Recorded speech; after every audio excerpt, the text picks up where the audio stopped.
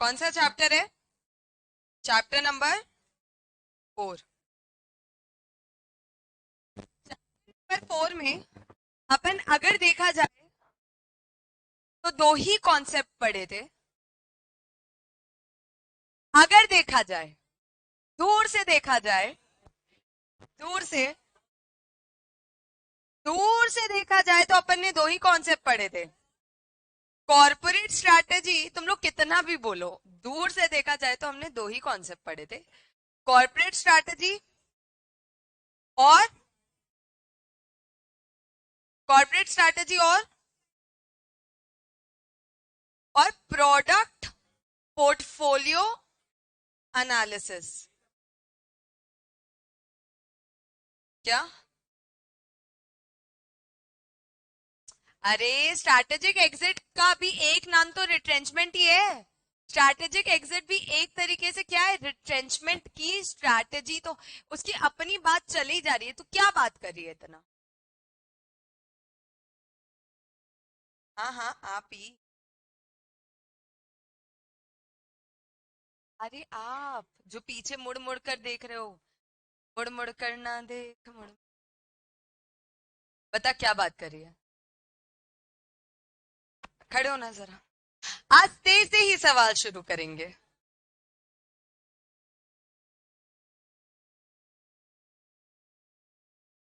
काय माइक?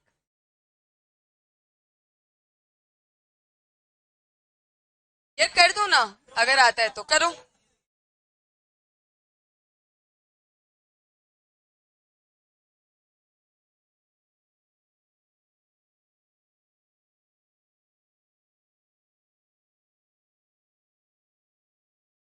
देखो, मैं आप लोगों से टॉपिक शुरू कर ही रही थी। मेरी भी माइक। अबे मेरी माइक बंद हो गई।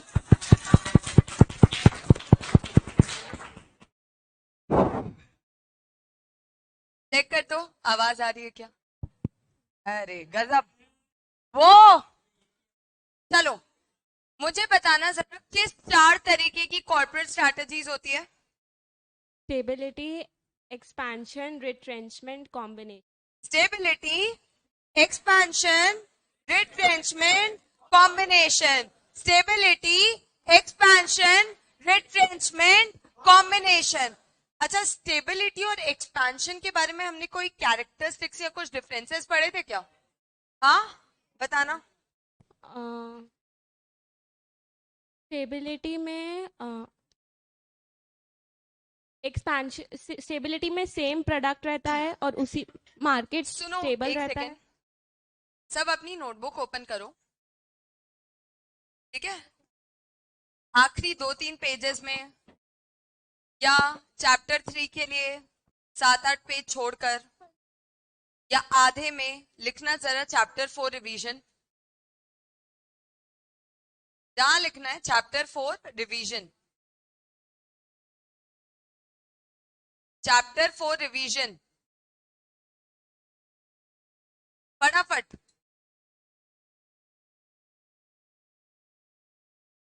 अब जैसे अपन पहला पॉइंट पढ़े स्टेबिलिटी और एक्सपेंशन के डिफरेंसेस, क्या पढ़े? स्टेबिलिटी और एक्सपेंशन के डिफरेंसेस। उसमें अपन 2 और पॉइंट पढ़ लेंगे कि स्टेबिलिटी की कैरेक्टरिस्टिक्स क्या क्या है और एक्सपेंशन के कैरेक्टरिस्टिक्स क्या क्या है। हाँ जी। Stability is less time consuming and expansion is more time consuming. Okay, ऐसा मैंने पॉइंट पढ़ाया नहीं था, बट ठीक है। More time consuming, less time consuming. हाँ जी, और? Stability is comparatively less risky than expansion. यानी ये लेस रिस्की है, स्टेबिलिटी लेस रिस्की है क्या? यार वही तो प्रोडक्ट है, उसी को बस या तो मार्केट, सेम मार्केट में पेनिट्रेट करना है, या थोड़ा डेवलप करना है, या थोड़ा मार्केट डेवलप करना है। मतलब आपका प्रोडक्ट एग्जैक्टली सेम है, इसलिए इसको क्या बोला जाता है? Less risky. जबकि एक्सपेंशन क्या है? और रिस्क। More risky. हाँ जी, next. Stability requires less investment and expansion requires more investment. Stability requires less investment. क्यों यार, एक्सपेंशन के लिए इतना ज्यादा इन्वेस्टमेंट क्यों लगता है? क्योंकि आप नए नए बिजनेस में जा रहे हो, नए नए प्रोडक्ट्स लाइन में जा रहे हो, आप किसी बिजनेस को अक्वायर कर रहे हो, किसी के साथ मर्ज कर रहे हो, इसीलिए इसमें लगता है मोर इन्वेस्टमेंट। और इसमें लगता है लेस इन्वेस्टमेंट। नेक्स्ट, स्टेबिलिटी में रीडेफिनेशन ऑफ बिजनेस होता है। स्टेबिलिटी में रीडेफिनेशन नहीं, ऑफ बिजनेस होता है। एक्सपेंशन में होता है। स्टेबिलिटी में there is no need to redefine the business. आपको बिजनेस को रीडिफाइन करना पड़ता है एक्सपेंशन में। अगर अदानी किसी 4-5 कंपनीज को अक्वायर करता है तो उसको अपना भी बिजनेस रीडिफाइन करना पड़ेगा और वो 4-5 बिजनेसेस भी रीडिफाइन करने पड़ेंगे। लेकिन स्टेबिलिटी में क्योंकि आपका प्रोडक्ट सेम है, आपका मार्केट सेम है, इसलिए कोई भी बिजनेस का रीडेफिनेशन रिक्वायर्ड नहीं लगता है। नेक्स्ट, स्टेबिलिटी में मिनिमम ग्रोथ रहती है और एक्सपेंशन में डायनेमिक ग्रोथ रहती अपन को है। पता ही है कि Reliance is one of the largest capped companies of India. क्यों? क्योंकि वो बहुत जगह फैला हुआ है। क्यों? क्योंकि वो बहुत जगह फैला हुआ है। मतलब उसमें अपन क्या देखते हैं? हम डायनामिक ग्रोथ देखते हैं। जबकि किसी और कंपनी में अपन क्या देखते हैं? मार्जिनल। जो स्टेबिलिटी फॉलो करती है उसमें अपन क्या देखते हैं? मार्जिनल ग्रोथ देखते हैं। आई होप ये सब लिख रहे हो आप लोग। डायनामिक ग्रोथ और marginal growth. Next, marginal, minimal, यार तू। हाँ जी, stability is less popular and expansion is more ये पॉपुलर। जब तक मैं लिखती तो पॉइंट तो नहीं देख लेती। क्यों ना, क्या बता मैम रहे को हैं? रिपीट करवाना है। स्टेबिलिटी को लेस पॉपुलर क्यों बोलते हैं? क्योंकि कोई भी इंसान जब बिजनेस चालू करेगा तो वो ये माइंडसेट से चालू नहीं करता है कि मुझे स्टेबल हो जाना है। वो ये माइंडसेट से करता है कि मैं किस तरीके से अपने बिजनेस को ग्रो कर सकता हूँ, किस तरीके से अपने बिजनेस को एक्सपैंड कर सकता हूँ। इवन मैनेजर्स वगैरह को, भले एक कंपनी है, उसके मैनेजर्स को भी खुशी किस चीज में मिलती है? अगर वो कोई ग्रोइंग आइडियाज दे या वो कोई एक्सपेंशन के आइडियाज दे, ना कि वो स्टेबिलिटी के आइडियाज दे। इसलिए इसको लेस पॉपुलर बोला जाता है, जबकि एक्सपेंशन को बोला जाता है मोर पॉपुलर। और बताओ। Expansion is adopted when the industry is growing very and good. overall growth है इंडस्ट्री मार्केट में। और स्टेबिलिटी जब या तो डिक्लाइन, मतलब डिक्लाइन कर रहा है तो स्टेबल है, नहीं तो आफ्टर रैपिड एक्सपेंशन अगर कोई कंपनी को और एक्सपेंशन नहीं करना और वो स्टेबल रहना चाहती है तो फिर उस टाइम बहुत अच्छा स्टेबल पॉइंट। है। यार देखो, स्टेबिलिटी हम जनरली कब अपनाते हैं? जब ना आप मैच्योरिटी में पहुंच चुके हो, इंडस्ट्री मैच्योर हो चुकी है, प्रोडक्ट मैच्योर हो चुका है। जैसे पार्ले जी कोई एफर्ट्स नहीं ले रहा जिंदगी में कि मुझे और एक्सपैंड करना है, मुझे और ग्रो करना है। क्यों? क्योंकि वो हर इंसान तक ऑलरेडी पहुंच चुका है। उसका जो प्रोडक्ट है वो ऑलरेडी मैच्योरिटी में पहुंच चुका है। अब वो क्या चाहता है जिंदगी में? स्टेबिलिटी चाहता है। मतलब जब आपका प्रोडक्ट मैच्योरिटी में पहुंच चुका हो, ऐसे लिखो, प्रोडक्ट मैच्योरिटी में पहुंच चुका हो। जबकि अगर आपका प्रोडक्ट इंट्रोडक्शन स्टेज में या ग्रोथ स्टेज में, तो क्या आप उसमें स्टेबिलिटी अपना लोगे? नहीं। आप चाहोगे आपके प्राइसेस और कॉम्पिटेटिव बने, आप चाहोगे आप ज्यादा से ज्यादा एडवर्टाइजिंग करो, आप चाहोगे आप वैल्यू चेन में या तो पीछे का रॉ मटेरियल में घुस जाओ या फिर आगे के डिस्ट्रीब्यूशन में घुस जाओ। यानी प्रोडक्ट जब अपने इंट्रोडक्शन या ग्रोइंग स्टेज में होता है। नेक्स्ट, बस। Okay, very well said. Clapping यार, बहुत जोरदार क्लैपिंग। आपका नाम? शिक्षक। अच्छा, किसमें अपन स्टेटस को मेंटेन करते हैं और किसमें हम वर्सेटाइल स्ट्रैटेजी अपनाते हैं? कौन ज्यादा वर्सेटाइल है? कौन मेंटेन स्टेटस को करता है? जोर से बोलो यार, कौन? देखो, मेंटेन्स स्टेटस को,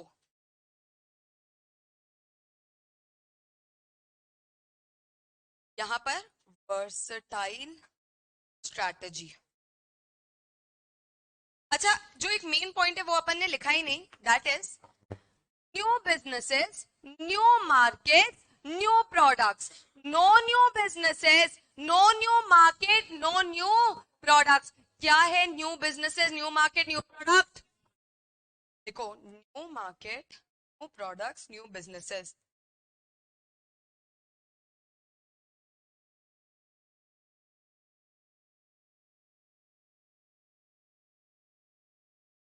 और यहां पर क्या आ जाएगा? No new, no new, no new,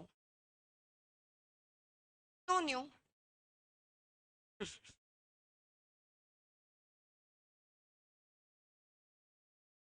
अपने सारे पॉइंट्स कवर हो गए। एक एग्जांपल दे दो एक्सपेंशन का। रिलायंस, अदानी, आईटीसी। और यहां पर सेल, बेल, स्टेबिलिटी फॉलो करिए क्योंकि उनके पास ऑलरेडी बहुत बड़ा मार्केट है। तो एक एंडिंग दे देना एग्जाम्पल से, एक एंडिंग दे देना एग्जाम्पल से। कौन सा ज्यादा पॉपुलर स्ट्रैटेजी है? कहाँ जाऊं? किधर? ऊपर? किधर किधर किधर?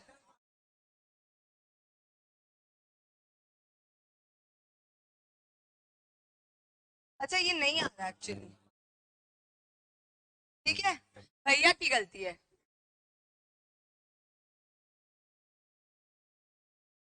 अभी दिख रहा है? ओहो, ओहो, आइए sir sir sir sir sir, आइए आइए आइए आइए, आपसे नेक्स्ट क्वेश्चन पूछेंगे। मैंने क्या सबने लिख लिया क्या? हाँ, फटाफट बताओ। अभी अपन ने क्या देखा? स्टेबिलिटी और एक्सपेंशन के कुछ कैरेक्टरिस्टिक्स देखे, स्टेबिलिटी और एक्सपेंशन के कुछ कैरेक्टरिस्टिक्स देखे। हाँ?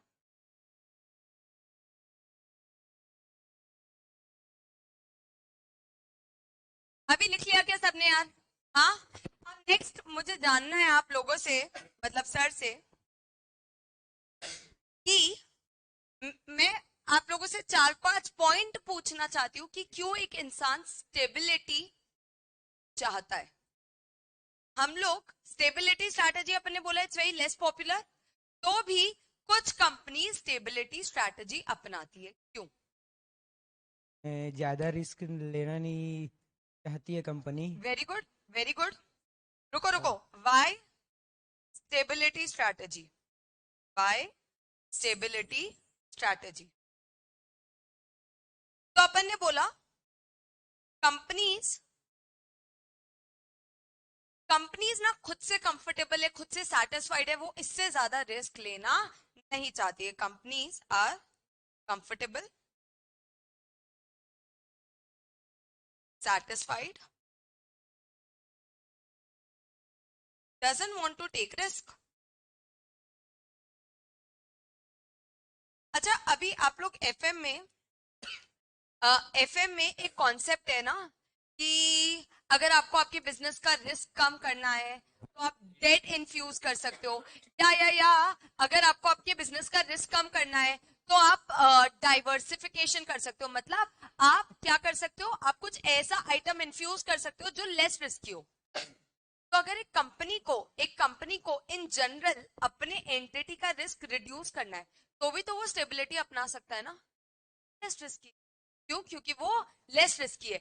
तो स्टेबिलिटी हम कभी कभी इसलिए भी अपनाते हैं ताकि मैं अपने बिजनेस के कुछ रिस्क कम कर सकूं। हम डेट इन्फ्यूज क्यों करते हैं? ताकि अपना रिस्क थोड़ा कम हो सके। अपन डेट इन्फ्यूज क्यों करते हैं इक्विटी के साथ साथ? ताकि अपना रिस्क थोड़ा कम हो सके। वैसे ही हम स्टेबिलिटी क्यों अपना सके? ताकि अपना रिस्क थोड़ा कम हो सके। तो हम रिड्यूस रिस्क करने के लिए भी कभी कभी स्ट्रैटेजी अपनाते हैं। हाँ, बता नेक्स्ट। ब्रांड का पहचान बनाने के लिए।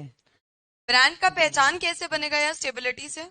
स्टेबल रहेगा तो क्या बोलते हैं, ज्यादा लोगों को पता रहेगा, उसको ज्यादा मतलब ज्यादा प्रयास नहीं करना पड़ेगा ठीक कि है, अपने ठीक प्रोडक्ट है, के बारे में दो लोगों को बताने के लिए।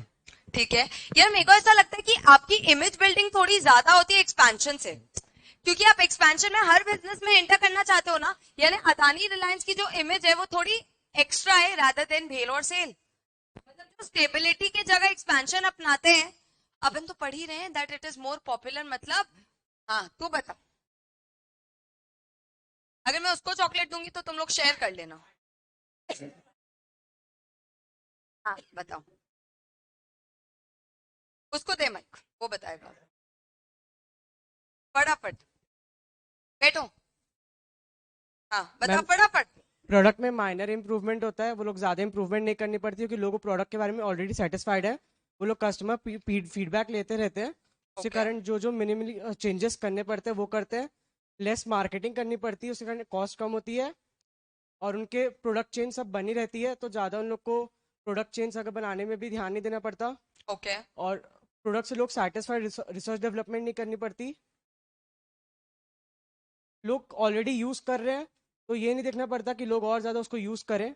ओके, ठीक है। देखो यार, मैंने और 2-3 पॉइंट पढ़ाए थे, जैसे कि अगर एनवायरमेंट ही अनस्टेबल है, अगर एनवायरमेंट ही अनस्टेबल है तो आप स्टेबिलिटी अपनाओगे या एक्सपेंशन? स्टेबिलिटी अपनाओगे या एक्सपेंशन? देखो, when surrounding environment is unstable, बैठ यार, surrounding environment is unstable. अच्छा, ये तो अपन लिख चुके हैं कि product has reached it's maturity.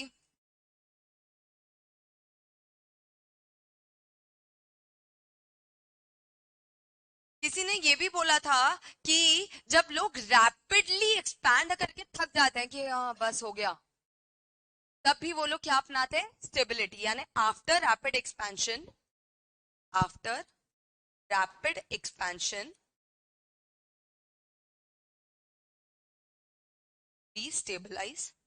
कई बार हम इसलिए स्टेबलाइज करते हैं क्योंकि हम बहुत ज्यादा रैपिडली एक्सपैंड कर चुके हैं, हमारी एनर्जी खत्म हो चुकी है एक्सपैंड कर करके, तो अब हम थोड़े टाइम स्टेबलाइज करना चाहते हैं अपने आप को.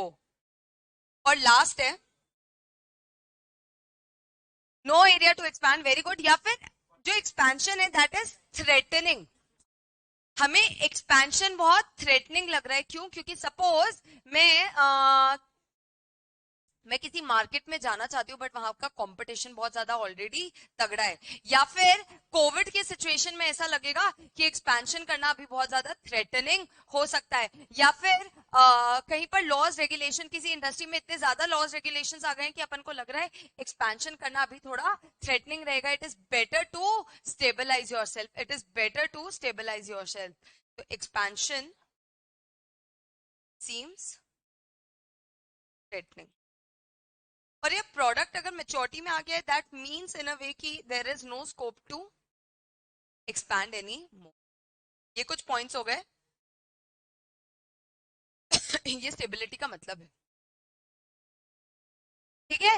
अच्छा, स्टेबिलिटी डू नथिंग स्ट्रैटेजी है क्या? स्टेबिलिटी डू नथिंग स्ट्रैटेजी है कि नहीं? वो क्या करती है? वो अपनी एफिशिएंसी इंक्रीज करने में फोकस करती है, वो अपने प्रोडक्शन इंक्रीज करने में फोकस करती है, वो अपने प्राइसिंग डिक्रीज या इंक्रीज करने पे फोकस करती है. आपको क्या लगता है, स्टार्टअप स्टेबिलिटी अपनाते होंगे या एक्सपेंशन? स्टेबिलिटी अपनाते होंगे या एक्सपेंशन? एक्सपेंशन. यानी अभी हमने क्या पढ़ा कि हम कॉर्पोरेट स्ट्रैटेजीज पढ़ रहे हैं. क्या पढ़े? Corporate strategies. कौन कौन सी 4 कॉर्पोरेट स्ट्रैटेजीज है? Stability, expansion, retrenchment, combination. उसमें हमने स्टेबिलिटी और एक्सपेंशन के कुछ कैरेक्टरिस्टिक्स, कुछ डिफरेंसेस पढ़े और स्टेबिलिटी क्यों अपनाना चाहिए वो पढ़ा.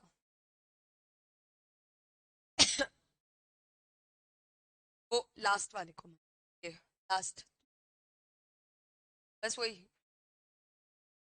रिट्रेंचमेंट स्ट्रैटेजीज क्या होती है? Turn around, divestment and liquidation. Very good. कब करते हैं? जब company significant losses, negative cash flows, high डेप्ट और मार्केट शेयर लूज कर रही है. सही है, सही है. अच्छा, और कुछ पॉइंट याद आ रहा है जो अपन पढ़े थे? टेक्नोलॉजिकली एडवांस नहीं हो पा रही है टाइम के वेरी साथ, गुड. और काफ़ी ज़्यादा डाइवर्सिफाई करके रखी है तो फोकस नहीं हो पा रहा है किसी एक बिजनेस में. ठीक है, ठीक है. ये अपन ने सीसीडी से सीखा था. Very good. Over diversification, over staffing, mismanagement. आपका जो कंपटीशन है ना, उसका ब्रांड इमेज बहुत ज्यादा बढ़ा है. उससे अपने आप इम्पैक्ट किस पे होगा? अपने लिए. क्या ये अपने लिए नेगेटिव सिग्नल नहीं है कि हमारा कंपटीशन का ब्रांड इमेज बहुत ज्यादा बढ़ा है या हमारे प्रोडक्ट्स अनकॉम्पिटिटिव हो रहे हैं? तो इससे अपन क्या करते हैं, जब ये नेगेटिव साइंस दिखते हैं तो अपन क्या करते हैं? एम्प्लॉय टर्नओवर भी ज़्यादा रहता है. क्या करते हैं? Employee turnover. एम्प्लॉय टर्नओवर ज्यादा होता है. मैं पूछ रही हूँ, अगर ये नेगेटिव साइंस आपको दिख रहे हैं आपके बिजनेस को सराउंड करते हुए, तो अपन क्या करते हैं? पहले इसमें टर्न अराउंड स्ट्रेटेजी होती है. इसमें पहले हम प्रॉब्लम एनालाइज करते हैं, वेरी गुड. सिचुएशन के अकॉर्डिंग पॉलिसी बनाते हैं, उसके बाद implementation of policies, restructuring and back to normal. बहुत बढ़िया. नेक्स्ट. अगर टर्न अराउंड काम ना करे तो? डाइवेस्टमेंट. Very good. उसमें क्या होता है? Complete shutdown. No no, then divestment means no no. मतलब जहाँ जहाँ से नेगेटिव कैश फ्लो आ रहे हैं, जिनका फ्यूचर में भी प्रॉफिट कमाना लगभग पॉसिबल ना नहीं के है, तो बराबर है। हाँ, उन लोग को बंद कर देते हैं। बहुत बढ़िया, बहुत सही। एसेट्स का सेल ऑफ करते हैं जो कि हमारे लिए मतलब कैपिटल जनरेट नहीं कर रहे हैं। और और लास्ट, अगर वो भी काम ना करे तो कंप्लीट लिक्विडेशन। बहुत बढ़िया, तालियां। इसने पूरा रिट्रेंचमेंट बता दिया। उसको देना ना पूरा रिट्रेंचमेंट बताने के लिए, दोनों चॉकलेट उसके लिए। नीचे बैठ जाओ। सुनो सुनो सुनो सुनो सुनो, जब आपको आपकी जिंदगी में कुछ नेगेटिव साइंस दिखते हैं, जब आपको लगता है कि कुछ तो ऐसे सिग्नल्स हैं जो भगवान हमको दे रहा है कि कुछ तो गलत चल रहा है, कुछ तो गलत चल रहा है, तो अपन क्या करते हैं? पहला पहला अपन उस सिग्नल्स को टर्न अराउंड करने की कोशिश करते हैं। जैसे आज का ही एग्जांपल देती हूँ। आज मैं न्यूज पढ़ रही थी कि जो स्पाइस जेट है, स्पाइस जेट अपन को पता है बुरी हालत में है। स्पाइस जेट मतलब ऑलमोस्ट शट डाउन होने ही वाला था कि उसका जो सीईओ है उसने बोला that I can turn it around, बस मुझे कुछ और पैसों की जरूरत है। फिर वो इन्वेस्टर्स वगैरह से मिला, अभी उसने 3,000 का QIP किया है। QIP मतलब पता है किसको? Qualified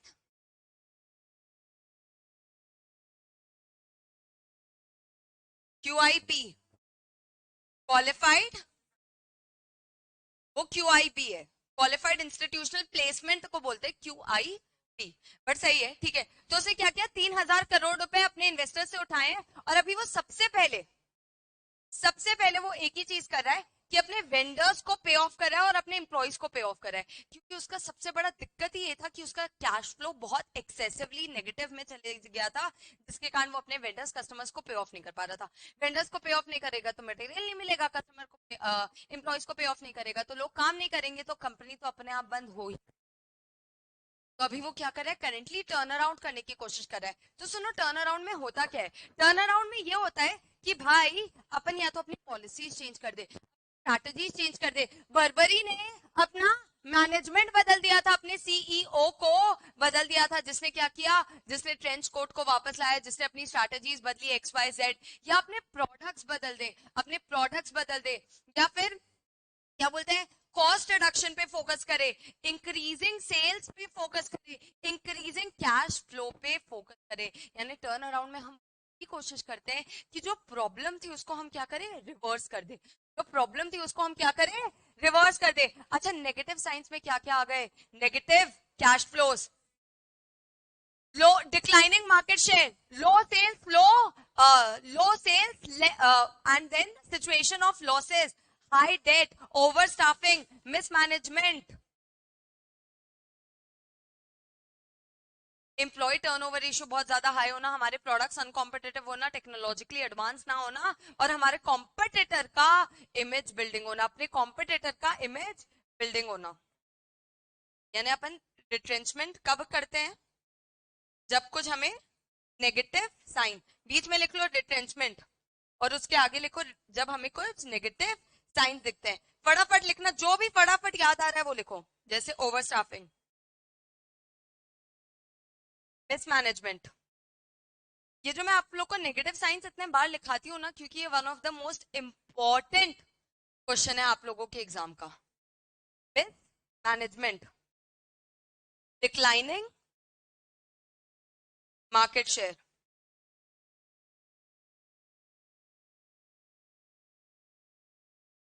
lower sales, negative cash flows, high debt, technology upgradations नहीं कर पा रहे हो आप,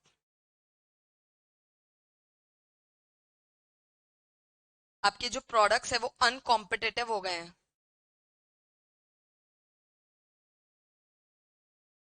और लास्ट क्या है? आपके जो कंपटीशन है उसका गुडविल बढ़ रहा है।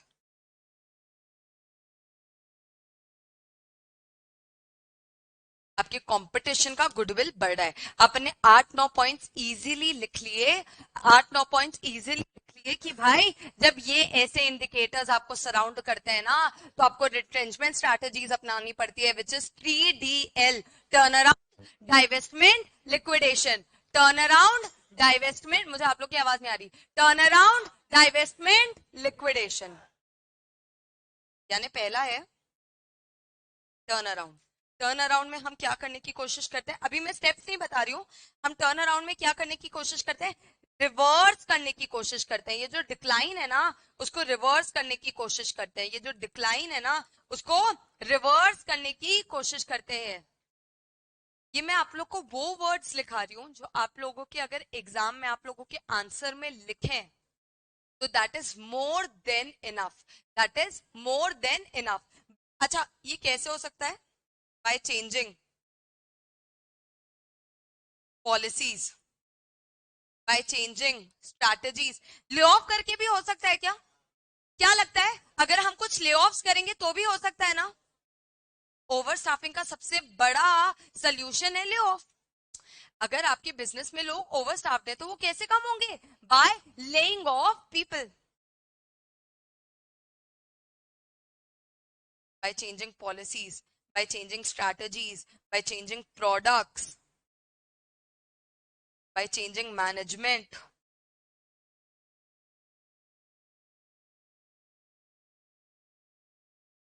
by layoffs, by cost reductions,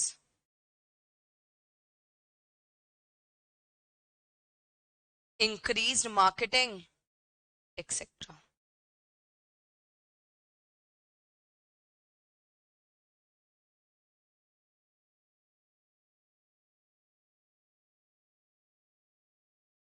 है कि नहीं? अगर टर्न अराउंड भी काम ना करे तब हम किस पे जाते हैं? अगर टर्न अराउंड भी काम ना करे तब हम जाते हैं डाइवेस्टमेंट में। डाइवेस्टमेंट का एक्चुअल मतलब है कि वो यूनिट्स, वो प्रोडक्ट्स, वो एसबीयूज, वो चैनल्स को कट ऑफ कर देना जो आपको लॉस बना रहे थे, जिसके कारण आपको लॉस हो रहा था या जिसके कारण आपको नेगेटिव कैश फ्लोज हो रहा था। जैसे किंगफिशर ने इंटरनेशनल फ्लाइट्स बंद कर दी, जैसे बिग बाजार ने अपने लॉस मेकिंग यूनिट्स को शट डाउन कर दिया। इवन सीसीडी ने अपने टर्न अराउंड स्ट्रैटेजी में अपनाया था कि अपने ओवर डाइवर्सिफाइड बिजनेस को सेल ऑफ कर दो या फिर अपने स्टोर्स को कट ऑफ कर दो। तो नेक्स्ट है डाइवेस्टमेंट। डाइवेस्टमेंट कब करना है? जब टर्न अराउंड काम ना करे, when turn around doesn't work, when turn around doesn't work, तब हम अपनाते हैं then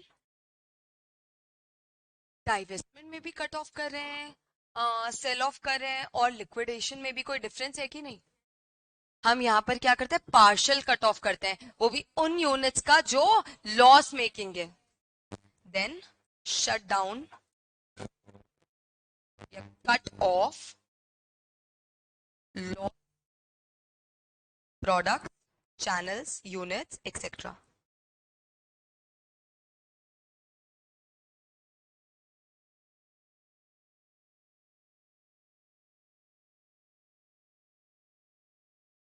और अगर डाइवेस्टमेंट भी काम ना करे तो मतलब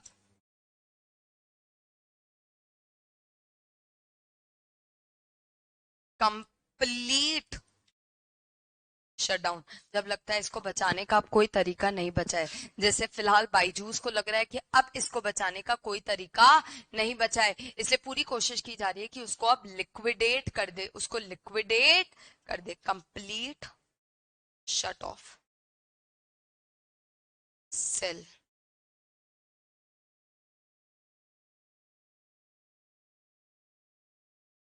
जैसे किशोर बियानी जी ने क्या किया था, बिग बाजार किसको बेच दिया था?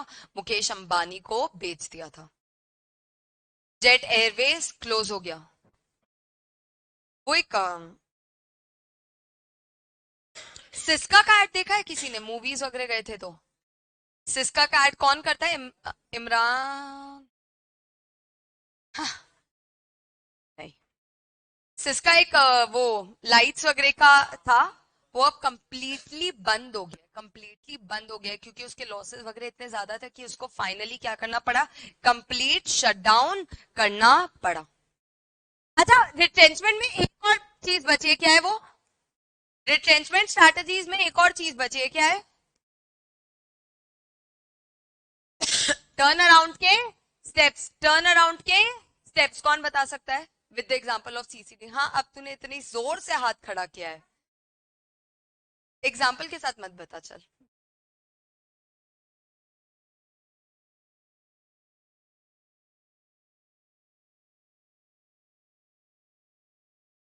जल्दी ट्राई कर, एग्जाम्पल के साथ भी कोई दिक्कत नहीं है।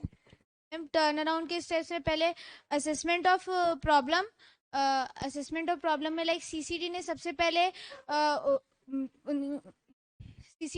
पहले उसने आइडेंटिफाई किया था कि उसके जो लॉसेस हो रहे हैं 50% से ज़्यादा, उसको जो बिजनेस फोकस था वो कॉफ़ी में ना होके दूसरे बिजनेसेस में था, जिससे उसको ज़्यादा लॉसेस हो रहे थे। ठीक है। तो और उसके बाद फिर सेकंड था analysing the problem and making the plans. तो उसने प्रॉब्लम को एनालाइज करने के बाद प्लान बनाया था, और उसने अपने बहुत सारे लैंड, उसने अपने कॉफ़ी लैंड को बेचा था, कॉफी लैंड को बेचा था, एक्सपोर्ट ज्यादा करने चालू किए थे, वेंडिंग मशीन के बिजनेस को बढ़ाया था। ठीक है, और थोड़े पॉइंट्स के साथ आप इधर उधर हो गए हो, तो एक काम करो, आप सिर्फ टर्न अराउंड के स्टेप्स बता दो, कोई बात नहीं।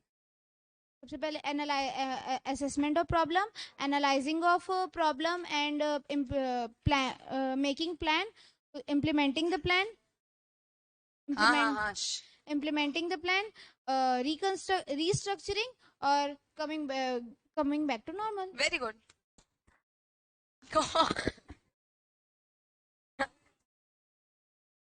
कौन था ये? खड़े होकर एक बार वापस एक्टिंग करे, फिर मैं उसकी एक्टिंग करूंगी। Thank you. हाँ, coming back to normal।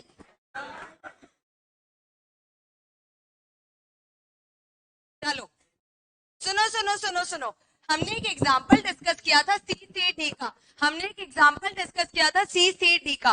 जो टर्न अराउंड है उसमें कुछ 5 स्टेप्स इन्वॉल्व है। जो टर्न अराउंड स्ट्रैटेजी होती है उसमें कुछ 5 स्टेप्स इन्वॉल्व होते हैं। पहला क्या है? Assessing the current problem. Assessing the current problem. जैसे सीसीडी को समझा कि एक तो उसका बहुत ज्यादा डेट हो गया है, 10,000 करोड़ का डेट हो गया, उसका 10,000 करोड़ का डेट हो गया है। और दूसरा, उसका बिजनेस ओवरली डाइवर्सिफाइड है, मतलब एक जगह है उसका सीसीडी जिससे 50% रेवेन्यू आ रहा है, और एक 50% का चंक आ रहा है 5, 6, 7 अलग अलग बिजनेसेस से, जिसके कारण जो उसका मेन बिजनेस है, उस पे उससे फोकस जा रहा है। जो उनका रेवेन्यू जनरेटिंग सोर्स था उससे फोकस जा रहा है। यानी उनको 2 करेंट प्रॉब्लम समझ आए थे कि एक तो था बहुत ज्यादा हाई डेट, और दूसरा तो था ओवर डाइवर्सिफिकेशन।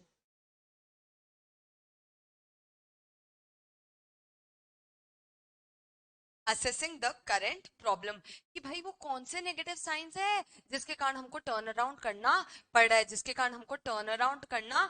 है, दूसरा क्या है? Analysing the situation. आपको क्या लगता है असेसिंग द करेंट प्रॉब्लम और एनालाइजिंग द सिचुएशन में क्या डिफरेंस है?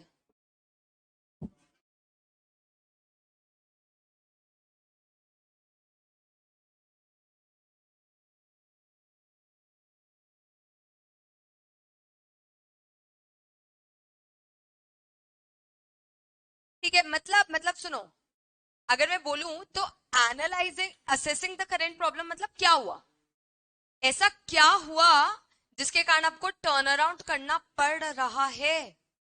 और एनालाइजिंग द सिचुएशन मतलब क्यों हुआ, ऐसा क्यों हुआ जिसके कारण आपको टर्न अराउंड करना पड़ रहा है।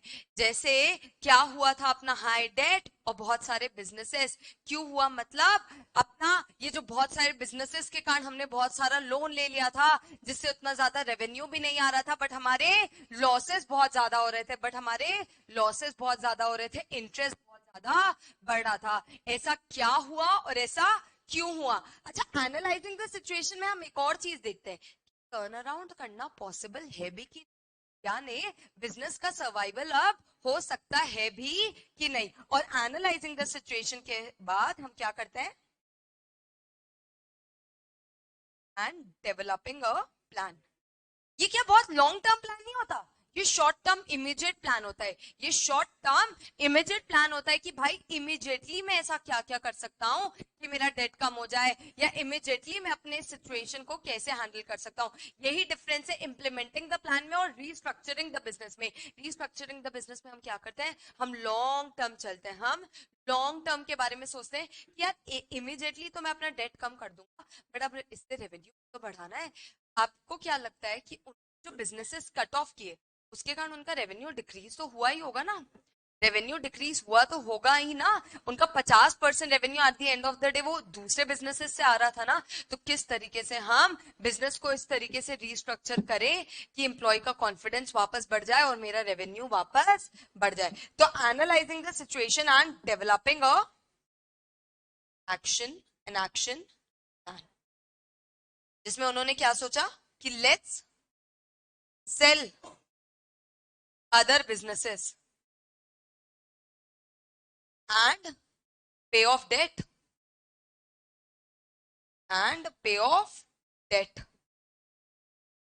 थर्ड था कि भाई अब वो प्लान को इम्प्लीमेंट भी तो करना पड़ेगा, implementing the immediate action plan. अब वो जो इमीडिएट एक्शन प्लान बनाया है उसको इमीडिएटली इम्प्लीमेंट भी तो करो। तो उन्होंने क्या किया, उन्होंने अपना आईटी पार्क बेचा, उन्होंने अपना लॉजिस्टिक्स वाला यूनिट बेचा, उन्होंने श्री राम को अपना वे टू वेल्थ वाला क्या बोलते हैं सिक्योरिटीज रिलेटेड या इन्वेस्टमेंट रिलेटेड बिजनेस बेच दिया। यानी उसने क्या किया, sold other businesses like IT park,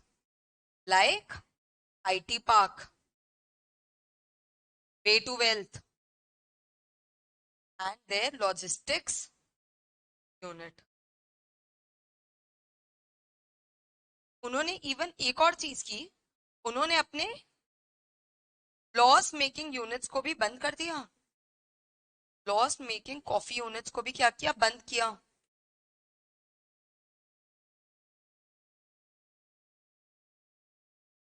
next क्या है, इस बिजनेस को आप रीस्ट्रक्चर कैसे कर सकते हैं, जैसे कि नए नए इन्वेस्टर्स लाना, जैसे कि एम्प्लॉय को का कॉन्फिडेंस बढ़ाना, एम्प्लॉय को ट्रेनिंग देना, जैसे कि अपना जो उन्होंने आधे से ज्यादा शॉप्स तो बंद कर दिए, तो बाकी शॉप्स पे अब वो बेटर फोकस कर सकते हैं ना, उसका जो एक्सपीरियंस है वो बेटर कर सकते हैं। प्लस उन्होंने ना, यार आप बताओ कि कोई भी इंसान अपने शॉप्स को जब बंद करता है तो उसका डिस्ट्रीब्यूशन चैनल बंद हो जाता है ना। एक डिस्ट्रीब्यूशन, आज रायपुर में 50,000 अगर सीसीडी के स्टोर्स हैं और उन्होंने 49,000 बंद कर दिए, अब 1,000 बचा है, तो उन्होंने 49,000 डिस्ट्रीब्यूशन चैनल्स बंद कर दिए। तो उसकी जगह उन्होंने क्या किया, अपने वेंडिंग मशीन्स को इंक्रीज किया। क्या किया, अपने वेंडिंग मशीन्स को इंक्रीज किया। At the end of the day लोगों तक कॉफी तो सीसीडी की पहुंच रही है, बस स्टोर के थ्रू नहीं, वेंडिंग मशीन्स के थ्रू पहुंच रही है। देखना, रीस्ट्रक्चरिंग द बिजनेस।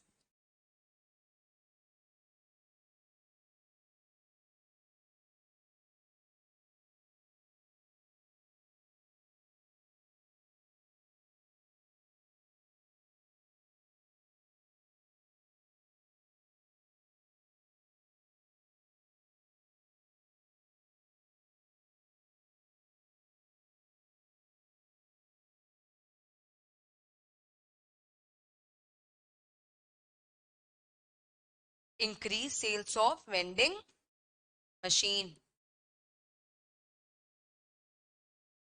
अच्छा, उन्होंने अपने एक्सपोर्ट बिजनेस पे भी और ध्यान दिया। बॉट इन न्यू इन्वेस्टर्स, बहुत सारी चीजें की यार। और अगर मैं बोलूं तो वो लोग अभी भी अपने बिजनेस को रीस्ट्रक्चर ही कर रहे हैं, अभी भी वो लोग कंप्लीटली बैक टू नॉर्मल नहीं आए हैं। उन्होंने 500 करोड़ से अपना सेल 1000 करोड़ तो कर लिया है। अपना जो बैक टू नॉर्मल में क्या हुआ, एक तो 500 करोड़ से सेल अब वापस बढ़कर क्या हो गया है, 1000 करोड़ हो गया है। और दूसरा बैक टू नॉर्मल क्या पड़ा था कि उनके 1 करोड़ की एफिशिएंसी वाले स्टोर्स अब वापस 1.8 करोड़ की एफिशिएंसी पे पहुंच चुके हैं। ये लास्ट पॉइंट लिख लो फटाक से, back to normal, returning back to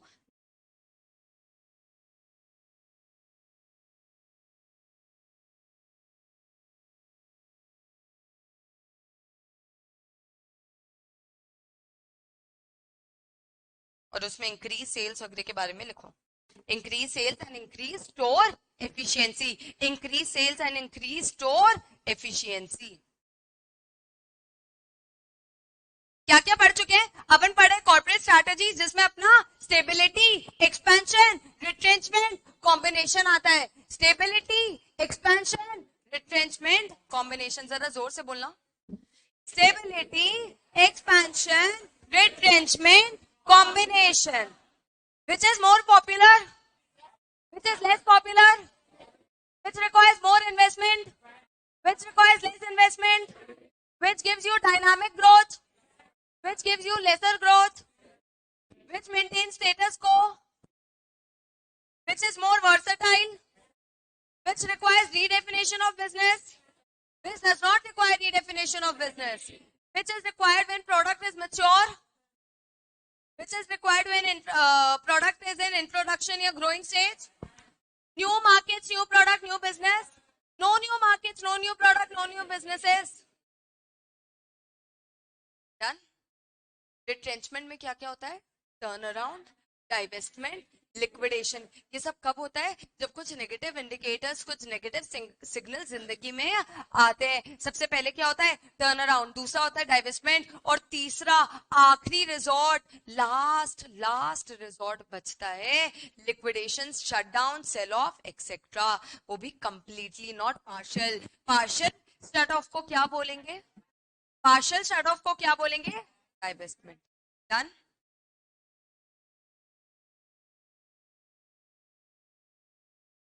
अब जरा आते हैं एक्सपेंशन. एक्सपेंशन के बारे में थोड़ा बात करें.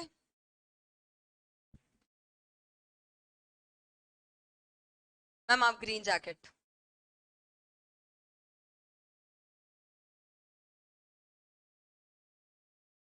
थोड़ा एक्सपेंशन के बारे में बताइए. एक्सपेंशन में नए प्रोडक्ट्स में धीरे बात करो यार. हाँ बताओ. नए प्रोडक्ट में इन्वेस्ट करेंगे, जो भी अपना बजट्स रहेगा उसको. ठीक है. मार्केट डेवलप करेंगे. ठीक है. फिर एक्सपेंशन में भी मतलब 4 टाइप्स है उसके. इंटेंसिफिकेशन, डाइवर्सिफिकेशन, मर्जर, अलायंस उसमें. और बोल, वापस बोल. Intensification, diversification, merger, alliance. क्या है? एक्सपेंशन के 4 बच्चे. Intensification, diversification, merger, alliance. Intensification, diversification, merger, alliance. क्या होता है इंटेंसिफिकेशन? मैम इंटेंसिफिकेशन में फिर 3 categories: market development, product development. मतलब सेम मार्केट, न्यू प्रोडक्ट. क्या होता है? Same market, new product. Less और कुरकुरे. लेस और कुरकुरे. कोई मार्केट पेनिट्रेशन बोल रहा है, कोई प्रोडक्ट डेवलपमेंट बोल रहा है. लेस और कुरकुरे. मार्केट पेनिट्रेशन या प्रोडक्ट डेवलपमेंट? प्रोडक्ट डेवलपमेंट ना यार, कंप्लीटली डिफरेंट है. लेस आलू का बनता है, कुरकुरे वो कॉर्न वॉर्न राइस वाइस का बनता है. Different flavours of less, different sizes of Colgate. अगर 100 क्या बोलते हैं 1 लीटर की पानी की बोतल आती है और 100 मिलीलीटर की पानी की बोतल आती है, तो मार्केट पेनिट्रेशन. कैडबरी और ये कैडबरी और कैडबरी सेलिब्रेशन. मैकडॉनल्ड्स जो इंडिया में है और यूएस में है. मैकडॉनल्ड्स जो इंडिया में और यूएस में है. हल्दीराम जो इंडिया में और यूएस में है. ऑडी हर जगह है. Different models of Maruti Suzuki. एक सेकंड वापस. Different models of Maruti Suzuki. Market penetration. Product development. क्या है? प्रोडक्ट. ये HUL जो क्लिनिक प्लस, ट्रेसेमे और Sunsilk. Product development, market development क्या है? Product development. यानी सेम मार्केट, सेम प्रोडक्ट. क्या बोलेंगे? थोड़ा सा चेंज कर दिया, थोड़ा सा चेंज कर दिया. सेम मार्केट, सेम प्रोडक्ट, थोड़ा सा चेंज कर दिया. जैसे कि क्या बोलते हैं, जैसे कि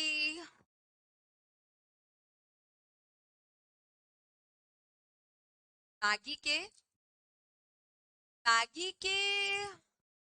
डिफरेंट फ्लेवर्स तो नहीं, बट मैगी के डिफरेंट साइजेस, क्योंकि जो मैगी के डिफरेंट वो है, अगर मैगी के डिफरेंट मसाला है तो अलग बात है, बट आटा मैगी, मैदे वाली मैगी, वैसे उनका प्रोसेस सेम ही रहता है। ये भी किसका एग्जांपल होगा?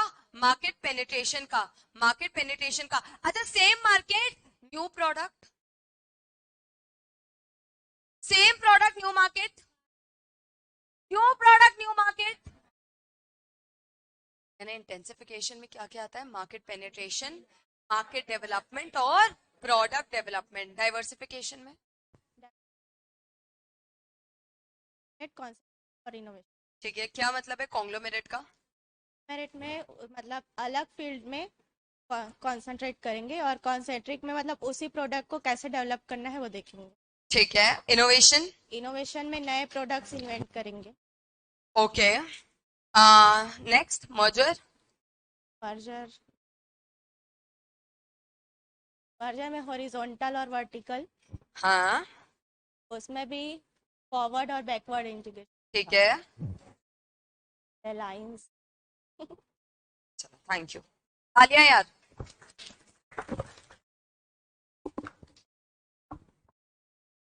एक्सपेंशन में क्या क्या होता है? Intensification, diversification, merger, alliance. Intensification के 3 बच्चे कौन कौन से? Market penetration, intensification. दादा खीखी की आवाज आएगी ना? तो मैं रिवीजन छोड़कर आप लोग से ही सारे क्वेश्चन पूछ लूंगी।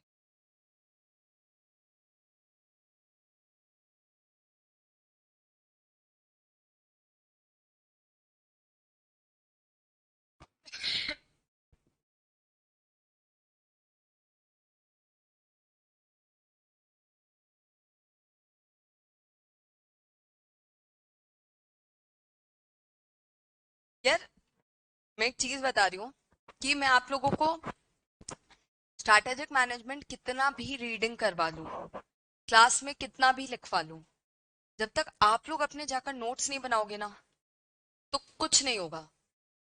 क्योंकि जो राइटिंग प्रैक्टिस है उससे जो मार्क्स आते हैं, और जो मैं आप लोग को सिर्फ ये इसलिए लिखा रही हूँ, मुझे पता है कि अपन लिख चुके हैं, हमने चार्ट बना चुका है, अपन ने लिख चुका है, अपन ने पढ़ चुका है, आई नो, बट ये मैं फिर भी वापस इसलिए लिखवा रही हूँ क्योंकि जो लिखते हो ना वो अलग दिमाग में जाता है।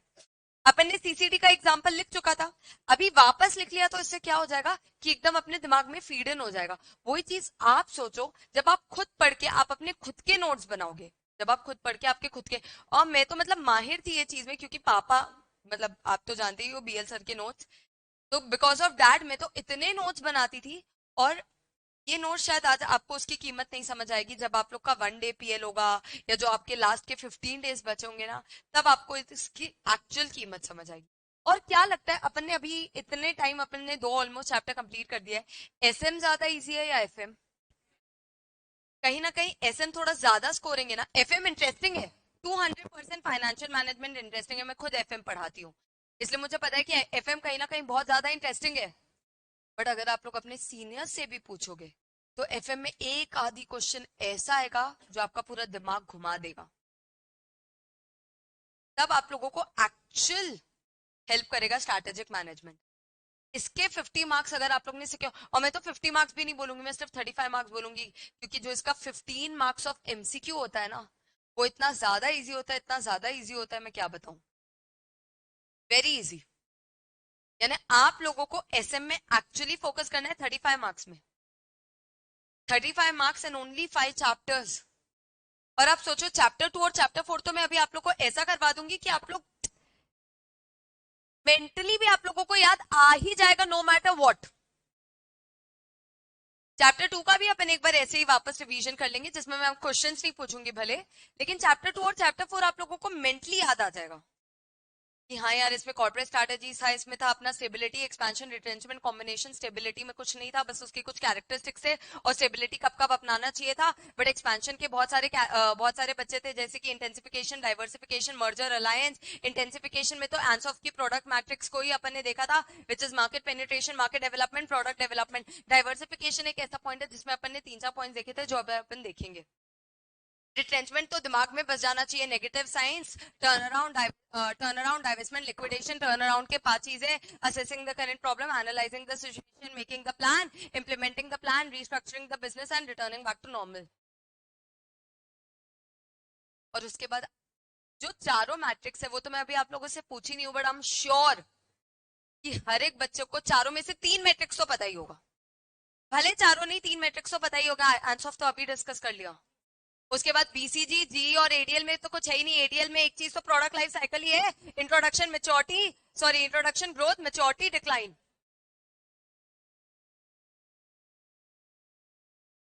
हाँ बता, तू बता, तू क्यों पूछ रहा है उससे?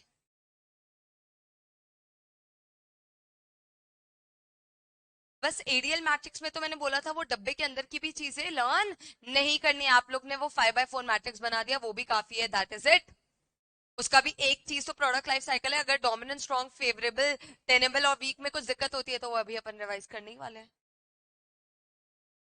बट अगर आप लोग जाकर ये पढ़ोगे नहीं, थोड़ा सा खुद के नोट्स नहीं बनाओगे, थोड़ा सा खुद से रिवाइज नहीं करोगे ना, तो कोई मतलब नहीं है। मेक श्योर अभी नहीं, मैं ये नहीं बोल रही हूँ कि क्लासेस के साथ आपके सबके नोट्स भी बन जाएंगे और सब हो जाएगा, वो पॉसिबल नहीं है। बट जो भी आप लोगों को 2-2.5 महीने की पीएल मिलेगी, तब मेक श्योर करना कि आप लोग जब पढ़ रहे हो अपने छोटे मोटे नोट्स बनाते रहो, ठीक है। इंटेंसिफिकेशन में क्या क्या कवर होगा, एक लास्ट बार बता दो जरा। Market penetration, market development,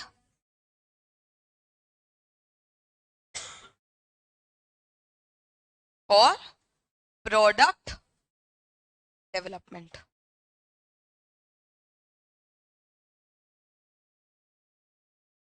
diversification में क्या क्या आता है? डाइवर्सिफिकेशन में आता है ICC, innovation, concentrate, conglomerate. Innovation, concentrate, conglomerate, ICC। Concentrate का मतलब ये कॉन्सेंट्रेट करना रिलेटेड बिजनेसेस में। कॉन्सेंट्रेट के तो मतलब से ही समझ आ रहा है, एक ही चीज में कॉन्सेंट्रेट करना। बट कॉन्ग्लोमेरेट बोलता है कि अनरिलेटेड बिजनेसेस में जाना, अनरिलेटेड बिजनेसेस में जाना जिसके एग्जिस्टिंग बिजनेस से, एग्जिस्टिंग प्रोडक्ट से, एग्जिस्टिंग प्रोसेसेस से, एग्जिस्टिंग टेक्नोलॉजी से कोई लेना देना नहीं है, कंप्लीटली अनरिलेटेड है, कंप्लीटली अनरिलेटेड है। जैसे अदानी ने अक्वायर कर लिया था एनडीटीवी को, या फिर रिलायंस घुस गया था अभी, ये Tira beauty, Azorte, luxury brands, Reliance retail, Jio ने हॉटस्टार खरीद लिया। क्या खरीद लिया? सॉरी, डिज्नी हॉटस्टार खरीद लिया। या टाटा स्काई मर्जर है, कॉन्ग्लोमेरेट मर्जर है कि नहीं? है कि नहीं? कॉन्ग्लोमेरेट मतलब कंप्लीटली अनरिलेटेड बिजनेस में डाइवर्सिफाई करना, जो अपने एग्जिस्टिंग बिजनेस, अपने एग्जिस्टिंग प्रोडक्ट से डिसजॉइंटेड है। क्या है? डिसजॉइंटेड है। क्या वर्ड याद रखना है? जो अपने एग्जिस्टिंग बिजनेस, अपने एग्जिस्टिंग प्रोसेस से डिसजॉइंटेड है। देखना, डाइवर्सिफिकेशन के भी 3 बच्चे, ICC,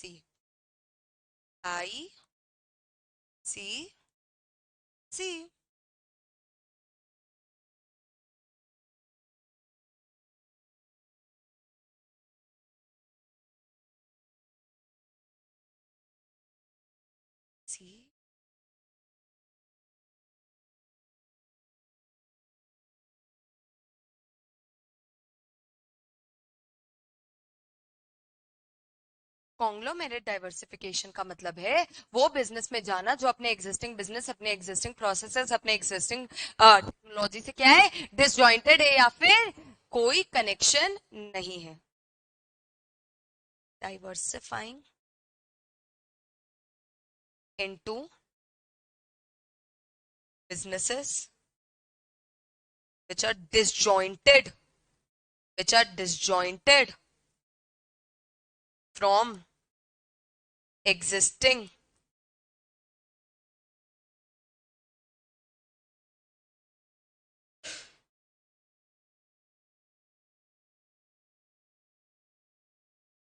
एग्जाम्पल क्या लिखूं? अदानी एनडीटीवी, जियो हॉटस्टार, एक्सेट्रा। कॉन्सेंट्रिक डाइवर्सिफिकेशन मतलब जो अपने रिलेटेड बिजनेसेस में, अपने रिलेटेड प्रोडक्ट्स में, अपने रिलेटेड प्रोसेसेस में, अपने रिलेटेड टेक्नोलॉजी में कॉन्सेंट्रेट करता है। अमूल ने क्या किया?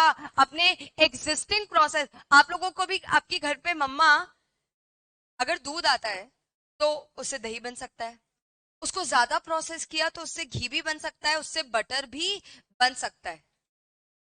यानी बस थोड़ा एक्स्ट्रा प्रोसेसिंग ही तो करना है, थोड़ा कुछ किया आइसक्रीम बन जाएगा, हाँ लस्सी बन जाएगी। और क्या क्या आता है? छाछ और अमूल का चीज।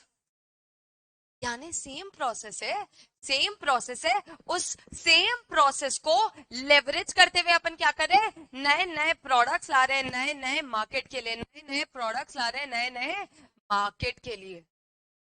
यानी कॉन्सेंट्रिक डाइवर्सिफिकेशन बोलता है कि ऐसे बिजनेस में डाइवर्सिफाई करो जो अपने एग्जिस्टिंग, सुनो समझो जो वर्ड्स बोल रही हूं, जो अपने एग्जिस्टिंग प्रोडक्ट्स, प्रोसेसेस, टेक्नोलॉजी या मार्केट से कनेक्टेड हो, जो अपने एग्जिस्टिंग प्रोसेस, टेक्नोलॉजी, मार्केट से, प्रोडक्ट से कनेक्टेड हो।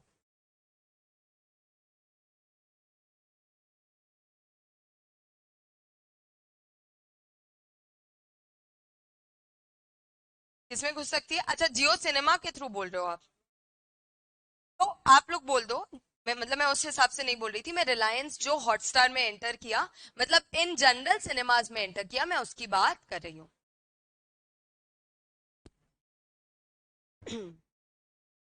जब भी वो एंटर किया होगा इन द एंटरटेनमेंट स्पेस, मैं उसकी बात कर रही हूँ। चलो 3 बज गई है, यहां से अपन कंटिन्यू करेंगे और कल चैप्टर 4 को का रिवीजन कंप्लीट करेंगे। मैं कल प्रोडक्ट पोर्टफोलियो एनालिसिस, मर्जर और अलायंस पे क्वेश्चन पूछूंगी। Thank you.